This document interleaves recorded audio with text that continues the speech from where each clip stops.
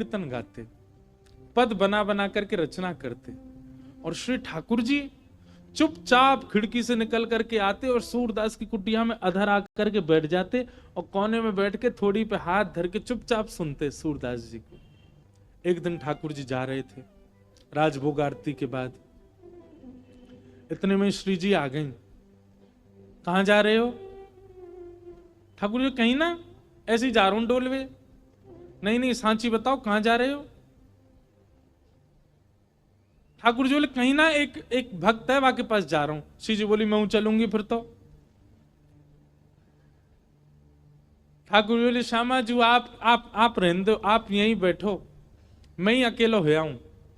श्री जी बोली अगर मोए ना लेके गए तो मैं गुसाई जी तो शिकायत कर दूंगी कि राजभोग के बाद तुम कहीं चले जाओ, और गुसाई जी खोज करो जी कहां जा मैं। ठाकुर जी बोले श्री जी आपके चरणों में प्रणाम करूं, आप मेरे संग चल दो, पर गुसाई जी तो शिकायत मत करियो मेरी, लेकिन एक बात को वचन दो। मैं बोल कहा उत्थापन आरती तो पहले आमेंगे हम दोनों वापस, मां रुकवे की मत करियो बात। आप बड़ी भोरी हो, बड़ी सहज हो, और वैष्णव चाहे कितनो दीनहीन हो, कितनो भाववार हो, वहां पे कृपा करवे की मत सोच लियो। आपको तो मन है जाए यहाँ पे सब लुटाए दूं, सब दे दूं, ऐसे मत करियो। चुपचाप जानो, चुपचाप आनो है, और मैं इशारों कर दूं तुरंत उठ के आ जाइयो। श्री जी बोले हाँ मैं आ जाऊंगी। ठाकुर जी हाथ पकड़ के श्री जी को ले गए सूरदास जी की कुटिया में। सूरदास जी के नेत्र तो है नहीं, बैठे हैं। अधर ते किवाड़ खोली, ठाकुर जी धीमे धीमे भीतर घुसे, धीमे धीमे श्री जी को भी लियो और मैं कोने में बैठा दी। बोले बैठ जाओ। देखो सूरदास जी गा रहे हैं के सर तिलक मोतिन की माला, वृंदावन के वासी, नेह लगाए त्याग गए तृण शम, डार गए गल फांसी, अखियां हरि दर्शन की प्यासी, हरि दर्शन की प्यासी, अखियां हरि दर्शन की। ठाकुर जी बैठ के सुन रहे हैं, मंद मंद श्री जी के नेत्रन से आंसू गिर रहे हैं। ठाकुर जी धीमे धीमे पहुंचने बोले श्यामाचू हल्ला मत करियो जी, जग जाएगो, और जगह को कहा हमें पकड़ लेगो, जान नहीं देगो, और फिर यहाँ पे कृपा कर दी तो फिर सवन पे करनी पड़ेगी, या हमारे रो मत, बिल्कुल आराम से बैठी रहो। बोले ठीक है। अच्छा आपको क्या लगता है सूरदास जी को नहीं पता चली होगी कि ठाकुर जी आ गए? अच्छा अब तक ठाकुर जी अकेले आते थे तो ये बात मानी जा सकती है कि सूरदास जी को नहीं पता चला होगा, पर श्री जी आ गई हैं तो ये बात निश्चित है कि सूरदास जी को पता लग चुका है कि श्यामा श्याम दोनों आ गए हैं। और इस बात का प्रमाण बताएं, हमारे वृंदावन में एक सूरदास और हुए, उनने ठाकुर जी का खूब भजन किया। इतने में ही ठाकुर जी प्रकट है गए, और प्रकट होकर के बोले अरे बाबा मैं प्रकट है गया हूं, मैं तुम्हारे सामने ठाड़ा हूं, आ जाओ मेरे हृदय ते लग जाओ। सो बाबा बोले अरे नंद के लाला, मैंने जुगल की उपासना करी, तुम अकेले काहे को आए? ठाकुर जी मन में सोचे, बोले जी अंदरो है या दिखतर होना है, ऐसे कह दूंगा श्री जी आई हैं तो मान जाएगो। ठाकुर जी बोले हाँ श्री जी आई हैं, मेरे बगल में ही ठाड़ी हैं, आपको दिखना है रही हैं, संग ही आई हैं। बाबा मंद मंद मुस्काए के बोले लाला बाबड़ा कोई और है बनाइयो, श्री जी ना आए तेरे संग। ठाकुर जी बोले तुम्हें कैसे पता श्री जी ना आई? बोले लाला श्री जी आई होती ना तो अब तक मैं आंधरो ना हो, तो श्री जी तो आते ही मुंह को नेत्र प्रदान कर देती। लाला तो विचार करना पड़े कि यहाँ पे कृपा करूं ना करूं, पर श्री जी तो प्रकट है सबसे पहले मुंह को नेत्र ही प्रदान करती, वो देखे ही नहीं पाती। तू तो इतनी देर तक थाड़ो थाड़ो देख रहा हूं मुझे, श्री जी ना देख पाती, वो तो तुरंत नेत्र देती। इतने में ही किशोरी जी प्रकट हो गई और किशोरी जी के प्रकट होते ही बाबा के नेत्र भी प्रकट है गए। वारी की। ठाकुर जी बोले जय हो श्री जी, आपकी सत्ता भी संतन ते पतो चले मुझे। तो उस कथा से, वैसे इस कथा में ये बात लिखी नहीं है, पर अभी अभी मेरे मन में व्यास मंच में बैठे बैठे आई कि उस कथा से इस कथा को जोड़ें। अब तक ठाकुर जी अकेले आते थे सूरदास जी के पास, पर आज श्री जी आई हैं, तो क्या सूरदास जी को पता नहीं चला होगा कि श्यामा श्याम आ गए हैं? निश्चित पता चल गया। इसीलिए आज एक विचित्र लीला हुई। क्या? गाते गाते सूरदास जी ने अपनी लाठी उठाई और उठ करके अपनी कुटिया से बाहर जाने लगे। श्री जी बोली जी कहां जा रहे हो बाबा?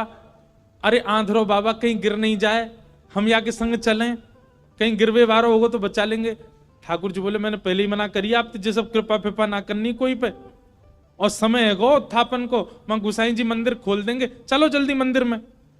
श्री जी बोली ना ना, बस ये जहां जा रहा हूं वहां तक यार छोड़, यहां में फिर चल देंगे मंदिर में।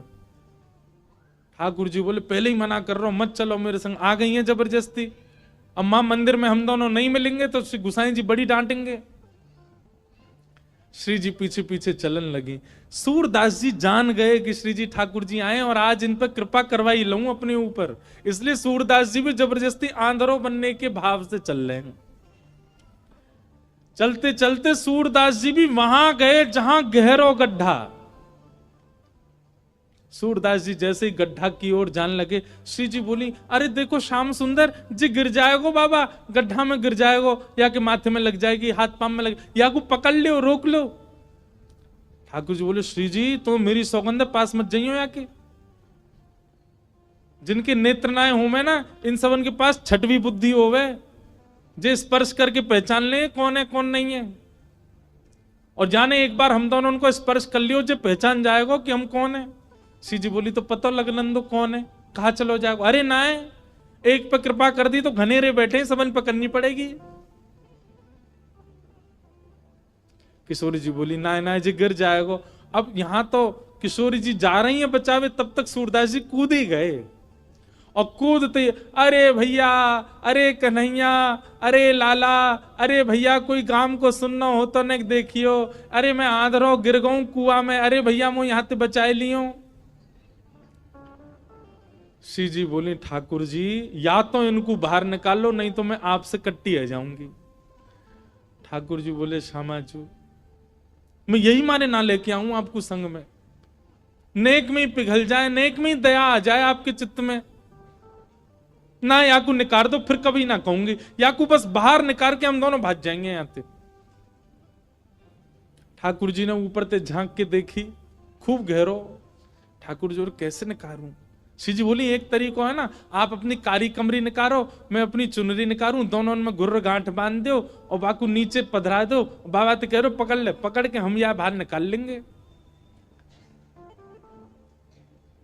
ठाकुर जी बोले ठीक है लाओ। श्री जी ने अपनी चुनरी दी, ठाकुर जी ने कारी कमरी ते बांध के और नीचे वह गड्ढा में डाल दी, और ऊपर से ठाकुर जी बोले बाबा। आहा, बाबा स्वर सुनते ही सूरदास जी के तो रोम रोम कंपित हो गया, आनंदित है गए, बोले ये तो इतनो मीठो स्वर तो मेरे नंदन नंदन को ही है। हाँ भैया कौन है?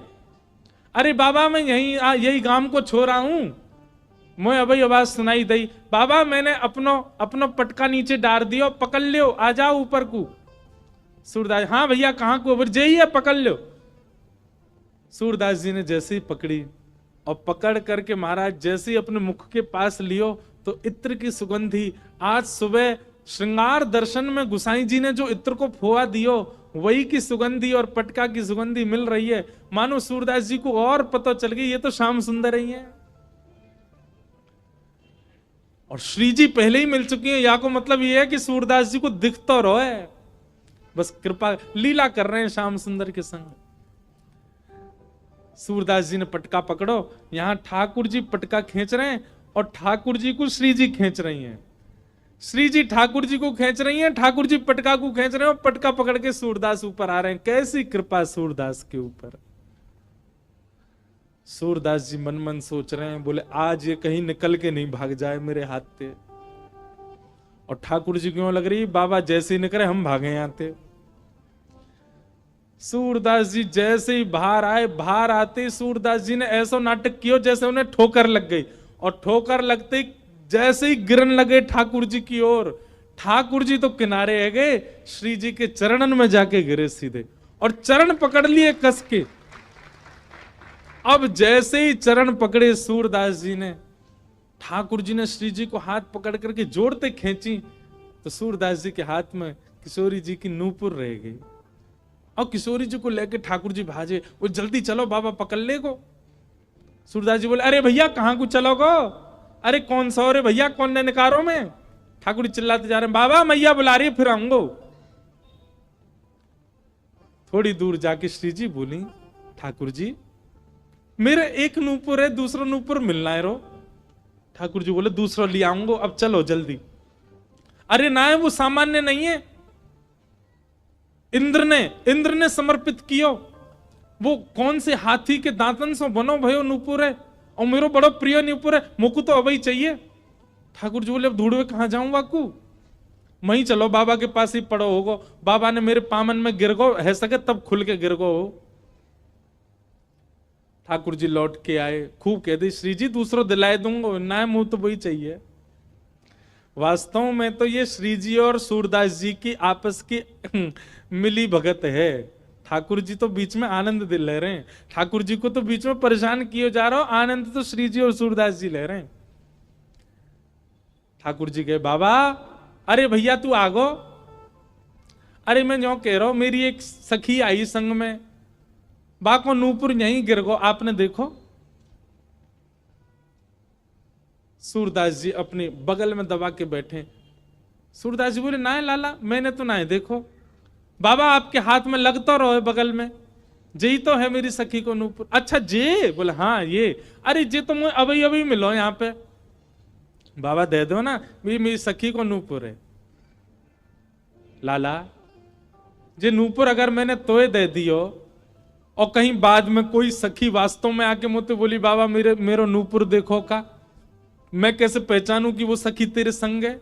मेरे पास आंख तो है ना, मुझे दिख तो रोना है। तो बाबा हम कहते रहे कि नूपुर हमारा, बोले कहवे ते का होवे, एक नूपुर मेरे पास है तो निश्चित है दूसरा तुम्हारे पास ही होगा, दूसरे नूपुर की पहचान करा दो तो पहले दे दूंगा। ठाकुर जी बोले पहचान कैसे होएगी? बोले अपनी सखी तक है, अपने पाम आगे करेगी, मैं जैसे स्पर्श करके देख लूंगा कि हाँ ये नूपुर एक ही है तो मैं दूसरों पहना दूंगा। ठाकुर जी बोले मैं सब समझ रहा हूं, जे बाबा पाम छुए के चक्कर में पकड़ लेगो कस के, अब ना जान दूंगा, और फिर क्या करेंगे हम? श्री जी बोली कोई बात ना, मैंने, अरे नहीं श्री जी आप पीछे रहो, मैं दूसरों दबाए दूंगा, नाम हो तो वो ही चाहिए जो सूरदास के हाथ में। श्री जी आगे बढ़ गए, लो बाबा नूपुर देख लो। सूरदास जी ने जैसे स्पर्श किया समझ गए, अरे हाँ भैया ये तो वही नूपुर है, लो मैं पहना दूं। दूसरे पाम में सूरदास जी ने पहनायो, और पहनाते ही महाराज अंक में भर लिए श्री जी के चरण। बोले अब ना जान दूंगो, मैं जान गया हूं जो साक्षात वृषभानु दुलारी हैं, और लाला तू जो मुख निकार के गए हो मैं सब जान गया हूं, तू नंद जी को लाला है। जीवन निकर गो गाते गाते तुम दोनों के यश को आज पहली बार पकड़ में आयो, अब नहीं जान दूंगो। ठाकुर जी ने खूब खींची पर श्री जी नहीं छोड़ी सूरदास जी ने। ठाकुर जी बोले बाबा तू जो कहेगो सो करेंगे, जे बता अब करनो कहा है, तू कैसे छोड़ेगो? बसो मोरे नैनन में यह जोड़ी, बसो मोरे नैनन में यह। सूरदास जी कह रहे हैं